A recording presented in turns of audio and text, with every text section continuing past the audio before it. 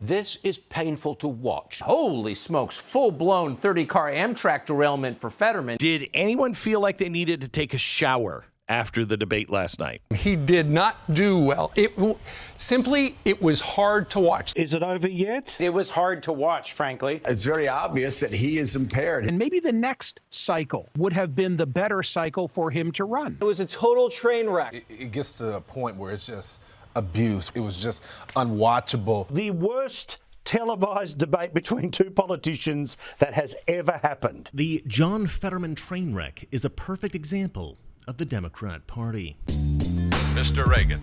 All right, so by now you've probably all seen a few clips of the John Fetterman-Oz debate in Pennsylvania, and it was a disaster. Not everybody really understands why this Pennsylvania race is so critical. I think some people think, well, maybe it's just because Dr. Oz is like famous or whatever. Probably most of the people who watch my channel regularly already know this because you guys are annoyingly smart and usually know more about politics than I know. I mean, you guys.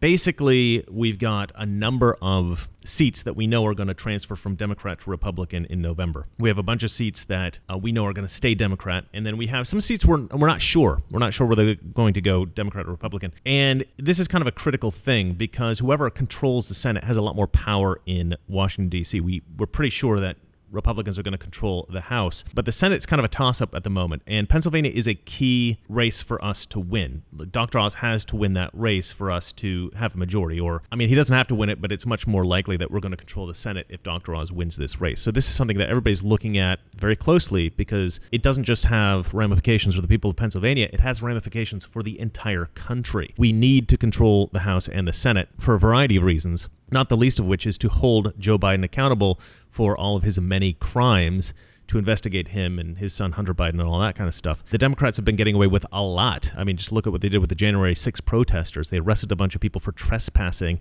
and then put them in prison. I mean, it's unconscionable. So we need to control the Senate, we need to control the House, and so this race is critical for that reason. But my reaction to the Fetterman debate, knowing that he was going to struggle, I mean, I just watched that with slack-jawed sadness. It was just sad to watch somebody who is struggling so much, essentially engaging in a job interview for which he is absolutely unqualified. But here's the thing. I think Democrats like the fact that Fetterman is unqualified for the office that he's taking, or that he would like to take. Now, why do I think that? Some of you may have a guess as to where I'm going with this, but I will explain that at the end of the video. First, though, I want to go through the worst debate moments and just watch them here, and you can get my reaction. Yes, I have watched them once before, but I still think it's going to be just as shocking the second time. It was just insane that the Democrat Party would think that it was acceptable to put this man up for office. And for the voters of Pennsylvania, there really is not a choice in this election. I mean, you have to vote for Dr. Oz. Whether you're a Republican, whether you're a Democrat, whether you think Dr. Oz is a rhino or a true conservative, you have to vote for him because Fetterman is just unfit for office. I know that that term gets thrown around a lot. They used to say Donald Trump was unfit for office. But I mean, come on. If you saw the debate, you know. And if you didn't see the debate, you're going to see a bit of it now. But again, I think Democrats prefer a candidate who is unqualified and knows they're unqualified and can't really function in the office. I mean, just look at Joe Biden. All right, now before we go through the worst moments of this debate, which will admittedly be a bit torturous, first, of course, I have to sell you something. So, is investing in silver today a good idea? Colin Plume, from our friends at Noble Gold, thinks so. On the national desk, he explained that there had been a huge sell-off of silver because of its low price right now. But silver is the most useful industrial metal out there, and demand is soaring for electronics in electric cars and solar panel circuits as the green agenda speeds up. And as industries pick up after the pandemic supply chain issues, the trend down should reverse quickly, and silver will rocket. Don't miss this. Give the team at Noble Gold a call and join thousands of others who have taken advantage of this blip in the market. They'll guide you through the process and make it easy for you. And this month, you will get this stunning 3-ounce silver American Virtue coin with a qualified IRA of $20,000 or higher. They actually sent me one of these, and it is amazing. It's very, very heavy, but a very beautiful coin. You can't go wrong with Noble Gold. It's the safest place to put your money right now. Call the team at 877-646-5347 and find out more, or visit noblegoldinvestments.com. That's noblegoldinvestments.com. Hi, good night, everybody. I'm running to serve Pennsylvania. He's running to use Pennsylvania. Here's a man that spent more than $20 million of his own money to try to buy that seat. I'm also having to talk about something called the Oz rule, that if he's on TV, he's lying. He did that during his career on his TV show. He's done that during his campaign about lying about our record here. And he's also lying probably during this debate. And let's also talk about the elephant in the room. I had a stroke. He's never let me forget that. And I might miss some words during this debate, mush two words together, but it knocked me down, but I'm going to keep coming back up. And this campaign is all about, to me, is about fighting for everyone in Pennsylvania that ever got knocked down, that needs to get back up, and fighting for all forgotten communities all across Pennsylvania that also got knocked down, that needs to get back up. Thank you very much, Mr. Fetterman. That needs to keep back up. Look, a lot of fuss has been made over the initial statement that he makes in this debate, which is good night, right? Good night typically meaning goodbye or sleep well, or, we're done here. Hi, good night, everybody. I don't mind that mess up so much. I mean, you can say good evening and good night is very similar. We say good morning, good afternoon. I'm going to forgive him the good night thing. I know a lot of people think that looks ridiculous, and yes, it does, but I'm going to forgive him that thing. Let me just say this. I mess up a lot when I speak as well. That's why my videos are very choppy, right? I chop out all the mess ups. I do. I never had a stroke. I don't think I have brain damage. Who knows? I'm a Republican, so a lot of Democrats probably think I do have brain damage. When I talk, I just mess up words and stuff. I mush two words together sometimes as well. But what he's doing here is obviously worse than just a typical person who doesn't speak well. What's going on here is John Fetterman obviously cannot function properly. He's sitting here and he's saying that he had a stroke and that people should vote for him because anybody who gets knocked down should have help getting back up. The problem here is that voting for John Fetterman for senator isn't helping him back up. It's helping him to ascend to a position of great responsibility and power. You cannot take somebody who has brain damage, which he may well have. I mean, his doctor says he doesn't have any brain damage. He's perfectly fine. Obviously, that's not true. I don't know if he has long-term brain damage. I don't know if this is going to last for the rest of his life. But, I mean, we can't really take that risk. I would love for him to get better, right? I think everybody would love to help him back up or to allow him to get back to the state that he was before, which was, okay, let me just say this. I've watched a lot of interviews of John Fetterman before his stroke.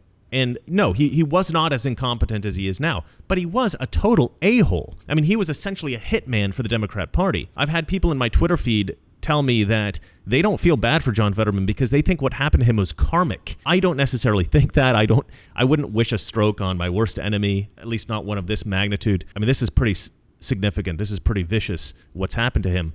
But some of the people in the Democrat Party are saying that what we're doing is ableist by criticizing John Fetterman. No, ableism is not to say that somebody is incapable of holding political office because they have brain damage. Ableist would be like saying somebody is incapable of holding office because they're in a wheelchair, right? If you have some kind of like physical disability, nobody's going to say that you're incapable of being, that you have a mental problem, that you can't function intellectually, that you have low IQ. So that's an irrational bias that some people might have. They just might have a problem with amputees or something like that, right? That would be ableist. This is not ableist. This is just rational consideration of qualifications, right? It would be the same saying like, okay, well, you don't have any legs, you had your legs amputated or something like that, therefore you cannot compete in the Olympics as a sprinter. Okay, that would also not be ableist because you're just looking at qualifications. How can a person sprint if one has no legs? And in the same way, somebody like John Fetterman, who has been incapacitated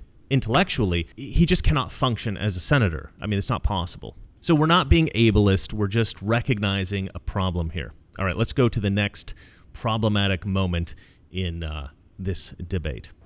Absolutely. The Oz rule, of course, he's lying. It was helping two students 17 years ago to help them buy their own homes. They didn't pay the bills, and it got her paid, and it has never been an issue in any of the campaign before.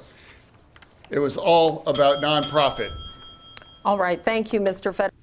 All right. So Dr. Oz accuses John Fetterman of not paying taxes for a while. John Fetterman does respond coherently at the end, he says it was all for nonprofit. Of course, I'm not going to pay taxes on a nonprofit endeavor, right?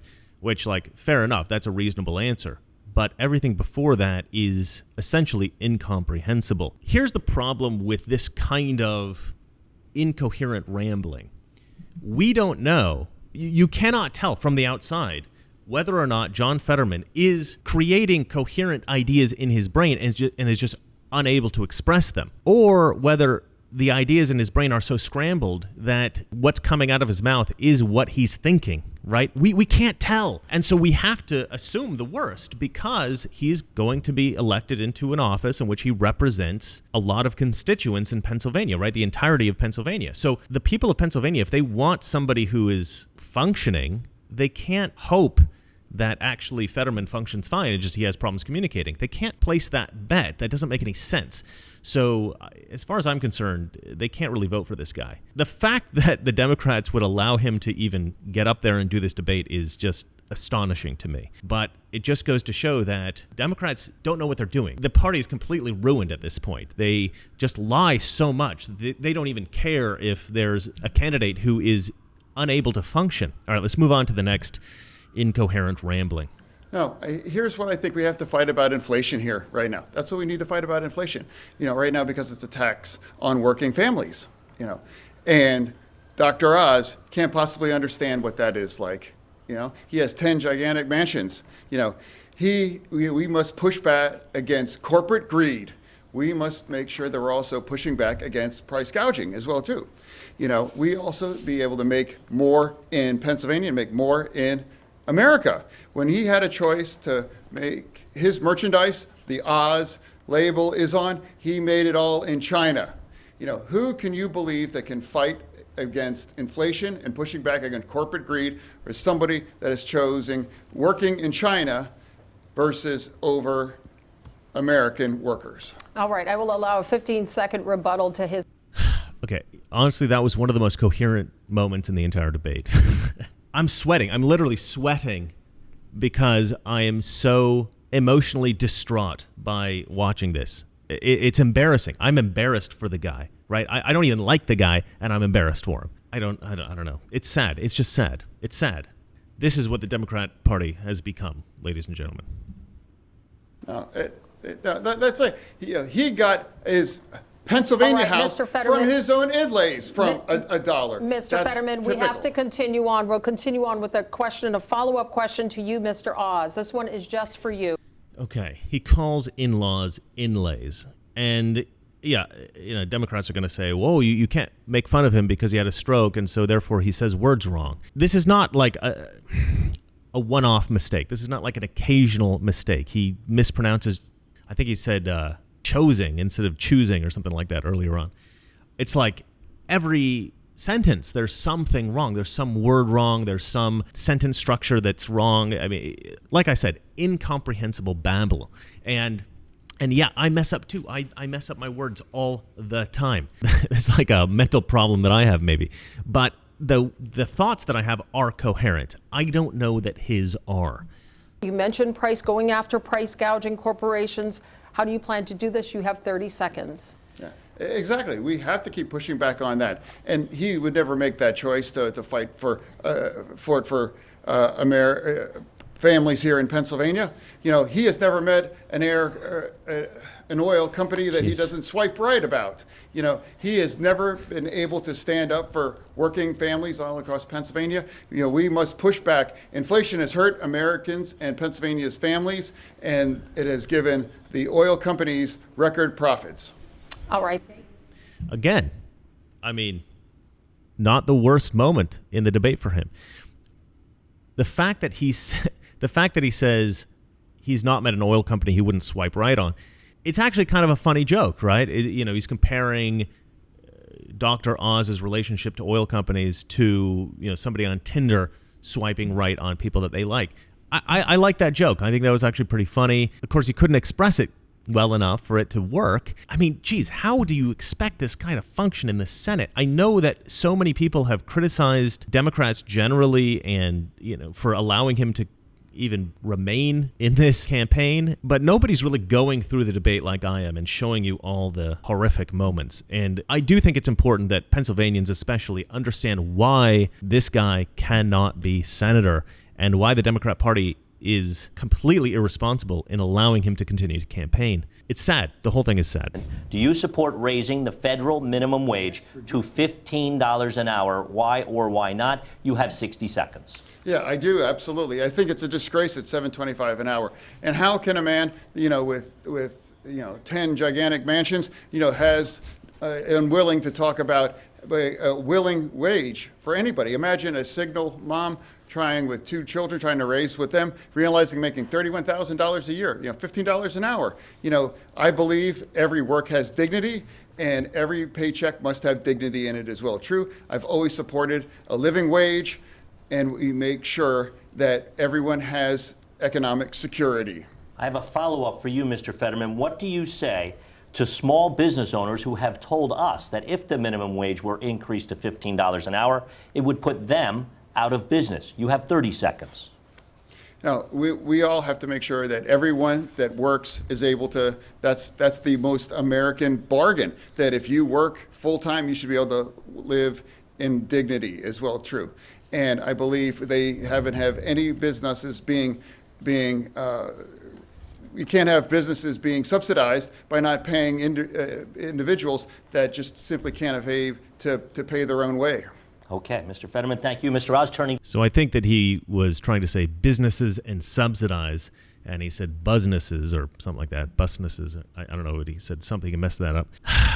This is tough. It's tough to watch this. It's tough to watch somebody with this low level of capacity trying to achieve some success in a rhetorical competition, right? The debate is a debate of ideas, but also of rhetoric, an ability to speak well. That's what a debate is, and John Fetterman cannot function in this capacity. So even agreeing to the debate, I think, was a mistake. But you know what? I'm glad that they did, because I do think that this will open the eyes of many Pennsylvanians. Like, a lot of people have mentioned that, the mail-in voting started a long time ago in Pennsylvania, and a lot of votes have already been cast, and a lot of people are watching this debate going, what have I done, right? These are people that maybe wouldn't have voted for Dr. Oz, but maybe they just wouldn't have voted at all. Maybe they would have said, okay, I'm not even going to vote, because I cannot in good conscience vote for a disabled person, a mentally disabled person.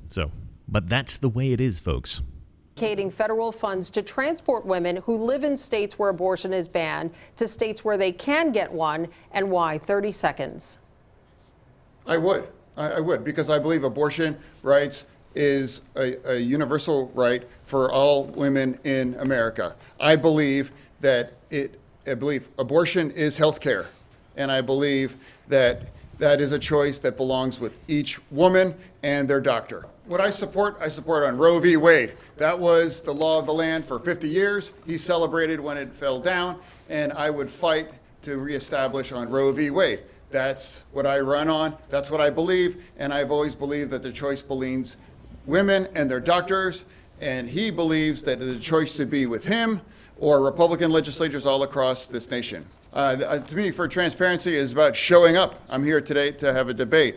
I have, speeches in front of 3,000 people in Montgomery County, all across Pennsylvania, big crowds.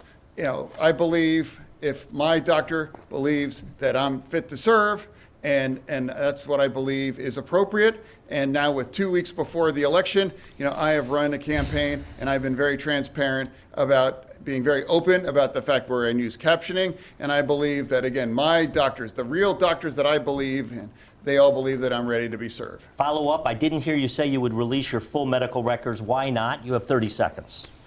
No. Again, my doctor all believes that I'm fit to be serving, and that's what I believe is where I'm standing. Okay, Mr. Fetterman, thank you. All right, well, I believe that he believes, that I believe, that they believe, that the world believes, that maybe he's right, actually. I kind of agree with him on one thing, which is that him showing up is enough, actually. He does not need to release his medical records. I think we can all see whether or not he's fit for public office just by showing up to this debate. He's not somebody who I would trust in almost any profession. And then we've got this incredibly critical profession of representing the people of Pennsylvania and making laws for Americans. Like, it doesn't make any sense. There's just no way he can function as a senator. So yeah, I agree with him. He is being transparent about being open, and I believe that we believe that he believes that we all believe that he is not fit for office, unfortunately. And so I do agree with him that doing this debate here tonight was enough. You're saying tonight that you support fracking, that you've always supported fracking, but there is that 2018 interview that you said, quote, "I don't support fracking at all." So how do you square the two? I do support fracking, and I support fracking, and I stand, and I do support fracking. Okay, thank you, Mr. Fetterman. I'm sorry, Lisa, but there's not. Okay, now this is the most famous moment in the debate. You've probably seen this on Fox, or I think Glenn Beck played it. Everybody's played this clip, and for a reason, right? I think that this particular moment shows that it's not just Fetterman's inability to communicate. He cannot think coherently, right? He can't reconcile the previous quote with the current quote. He can't reconcile these two things. A normal candidate would say something like, "I changed my mind." A normal candidate would say something like, "Well, what I said in 2018 was taken out of context," or "I didn't really believe that," or "I misspoke," or something like that. They'd come up with some kind of excuse, some kind of reason, some way to reconcile the previous quote from the current position. He does not do that. He doesn't even try. He just says, "This is what I think, this is what I think, this is what I think," right? It's like a small child debating and not knowing, getting like caught like a deer in the headlights, not knowing how to respond to something and just repeating the same talking point over and over and over again. This was tough when I first saw this. This was really hard to watch. I cringed. I'm pretty sure I turned away from the TV because I didn't want to watch, but it is like watching a train wreck. It's like watching a dumpster fire. It's to some degree mesmerizing because it is so bad, but you do feel sorry for the guy a little bit because he does have this problem. He had this stroke. I don't think the people of Pennsylvania can vote for somebody just out of pity. This job is a little bit too important to do something like that, but there will be voters who say, "Oh, I feel so sorry for the guy." There's already a lot of talk on Twitter from leftists, a lot of people on TV saying, "You know what, he's so brave for going and doing this debate despite the fact that he has obviously these problems from his stroke, that he's a hero. He's this spectacular guy for doing this." Not really, you know what I mean? Like, it's like somebody with a broken arm going and playing professional baseball and trying to hit a home run. Like, why would you do that? Like, it's crazy. So I think Fetterman should have dropped out a long time ago. I think that the Democrat Party should have put somebody else in instead. I think keeping him in the race was a terrible mistake and really kind of a cruel thing to do. But I'll get to why I think the Democrat Party wants him to run, wants him to win, wants him to be a senator here at the end of this video. So stay tuned for that. I believe that a secure border can be compatible with compassion. I believe we need a comprehensive and bipartisan solution for immigration. That's what I believe. I don't ever recall in the Statue of Liberty did they say, take our tired, huddled masses and put them on a bus and use cheap political stunts about them. I believe we have to develop a comprehensive and bipartisan solution to address our issue here for immigration here in our nation. It's actually a pretty good answer. I do think that we can have a secure border and be kind, and be, what do you call it, compassionate. I think he and I have very different ideas as to what that means. But I will challenge him on one thing, and this has nothing to do with his stroke. I think this is something that he would have said previous to the stroke. He says he doesn't see anywhere on the Statue of Liberty where it says use political stunts or whatever. Well, the Statue of Liberty, I know that the Democrats like to use the Statue of Liberty, the poem on the Statue of Liberty, bring us your huddled masses and all this kind of stuff, as like American law or the American political philosophy of, immigration is good, right? No, that's just a poem that somebody wrote that somebody thought was a pretty poem. Let's put it on the Statue of Liberty. And maybe 100 years ago, 200 years ago, the amount of people trying to come over to America, trying to immigrate to this country was a good thing. The types of people that were coming to this country maybe were the types of people that we did want in this country. Today, that's not necessarily the case. You don't want drug dealers. You don't want homicidal maniacs that are released from prisons coming into the United States of America illegally. You don't want anyone really coming into the country illegally. You go back 100, 200 years, and everybody that was coming over was registering. They were coming over legally, using legal means to come over to the United States. So this idea that illegal immigration is like a good thing and we should cite the that placard on the Statue of Liberty, cite that poem as American policy, is just absurd. I hate it when Democrats do that. It's just moronic. A big reason why a lot of people vote Democrat is because they do think Democrats are more compassionate than Republicans. And I think that it's important that Republicans develop a way of convincing Americans that, in fact, we are the compassionate ones, and Democrats do not care about you. They care about their power. They care about making money, stealing tax dollars. That's really it. And if we can get that message across, I think we can get a lot more Democrat votes.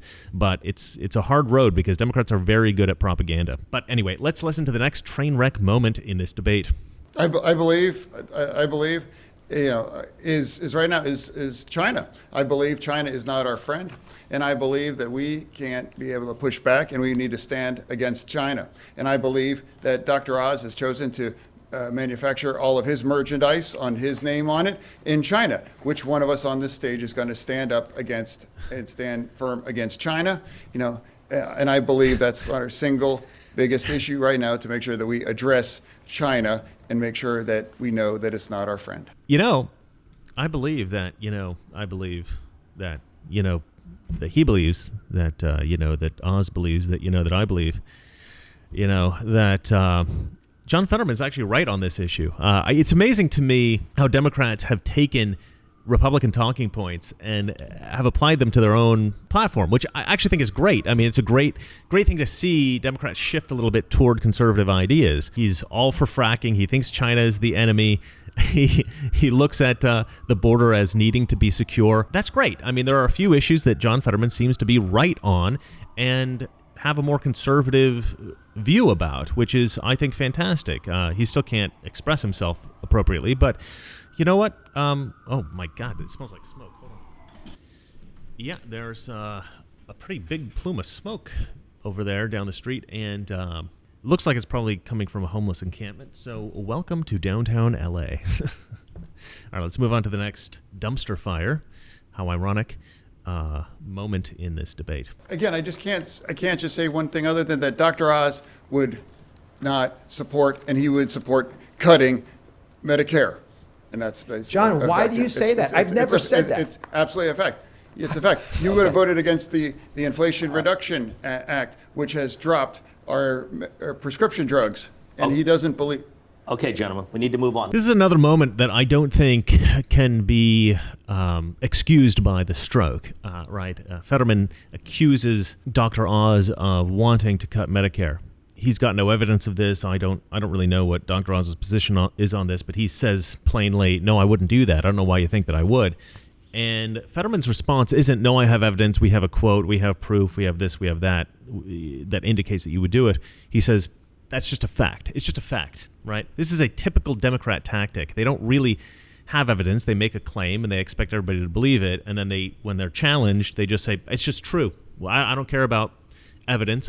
That's what I believe. That's what I know is true. It's like, okay, you can read minds now. That's a weird thing about Democrats. Like, they'll talk about the border like, oh, you don't care about crime. You're just a racist against Mexicans or something like that, right? And you'll say, well, no, I do. I care about the crime coming in. I care about the fentanyl. I care about the drugs coming in. That's why I want to build a wall, whatever. And they say, no, you're just racist. It's like, well, you have no evidence of that. You're just trying to pretend that you can read my mind, right? And a lot of Democrats really believe that Republicans are just racist, and so that's the motivation for all of our policies. And so when challenged on it, they say, well, it's just a fact, right? It's the same thing here. Fetterman believes that this is what Oz thinks, this is, what Oz would do. And so he's like, nope, I don't have to produce evidence. I just know that this is true. So this is a pretty good moment, not as a gaffe caused by a stroke, but I think just an illustrative moment of how Democrats debate and how awful they are. So it's about supporting and helping, young earners, young students to give them a break. I believe that supporting. All right, let me just ask specifically with the plan to ease student loan debt, the debt forgiveness of $10,000, $20,000 for Pell Grant recipients. Do you support that position? I do absolutely support that. I believe, like I said, it's about helping young learners, be able to get a better start, getting off in the start of their life. And I do believe that, and I believe a majority of Americans support that as well too, helping young learners.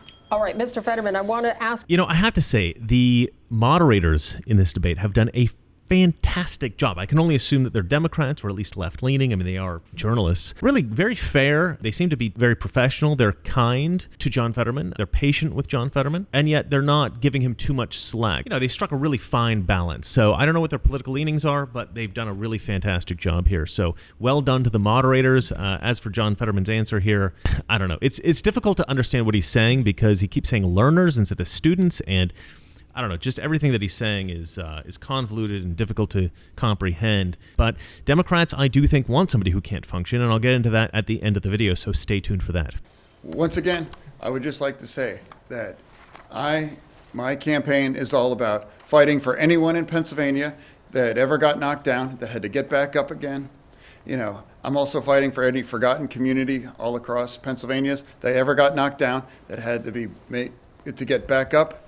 You know, I've made my entire career dedicating to those kinds of pursuits.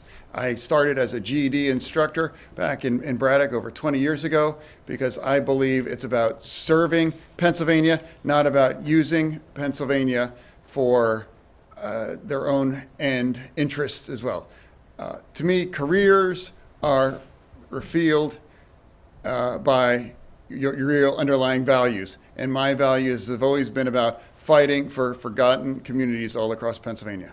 All right. Thank you, Mr. Fetterman. I am afraid that some Democrats will vote for him just because they feel sorry for him, right? Like if a puppy gets hit by a car, you do want to nurse him back to health, but you don't want to put him into a dog show, you know, immediately after his accident, and hope that he wins on pity, right? Oh, everybody saw that this dog got in a car accident, therefore they're all going to vote for him to win the dog show.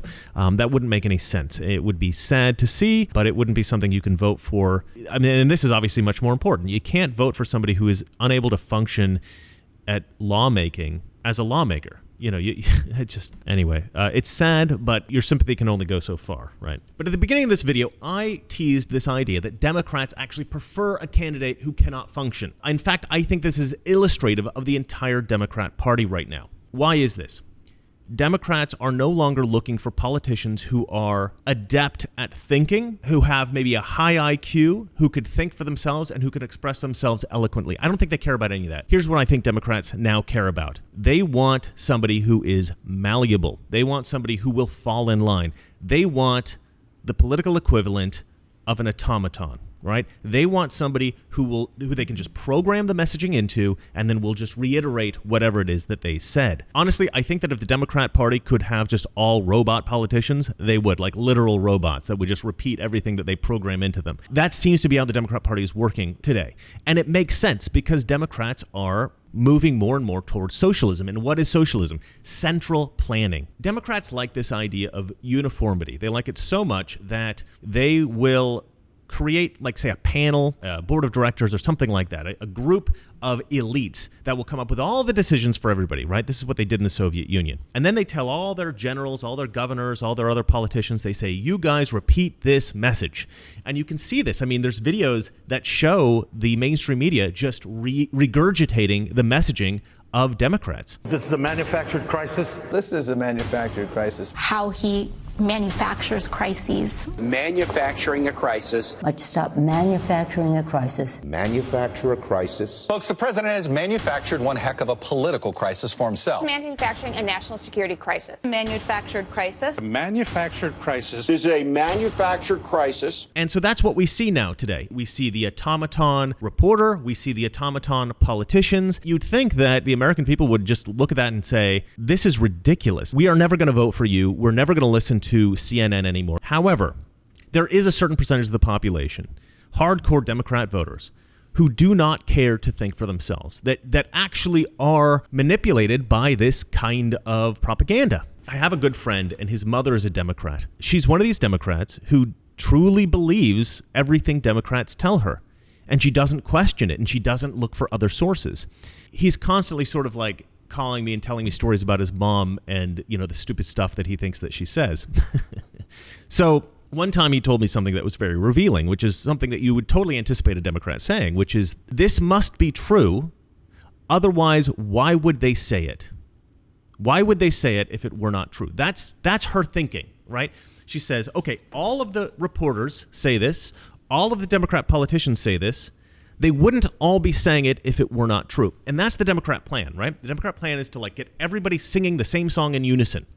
Because if you do that, then it doesn't matter if what you're saying is a lie, because everybody's saying the same thing, and therefore it's convincing. That is the Democrat plan. And so that's what they want with somebody like a John Fetterman. They don't care that he's incapable of functioning as a senator. They don't want a senator. They want a puppet. They just want him to be there to vote the way they tell him to vote. If they can have all the senators do that, they would be thrilled. They want an entire party of John Fettermans. They want every Democrat representative, every Democrat senator, they want them all to be just like John Fetterman. They just type in the commands for John Fetterman, and he just signs on the dotted line and checks the checkbox that they tell him to check. And that's what Democrats want. And that's why John Fetterman is a perfect example of what the Democrat Party has become. All right. Look, guys, I'm sorry I was gone for so long. I left for a month, took a little R&R. I am back, and I'm back with a vengeance. So stay tuned. Make sure you're subscribed to the channel. Make sure you hit that notification bell because, you don't want to miss any of the new stuff that's coming up. Do comment in the comment section below just to feed the algorithm that doesn't work for me. YouTube hates me. Anyway, guys, that's it for me. Just remember, it's not that our liberal friends are ignorant. It's just that they know so much that is not so. Good night. What is fascism? Fascism is private ownership, private enterprise, but total government control and regulation. Well, isn't this the liberal philosophy? The conservative, so-called, is the one that says, less government, get off my back, get out of my pocket, and let me have more control of my own destiny.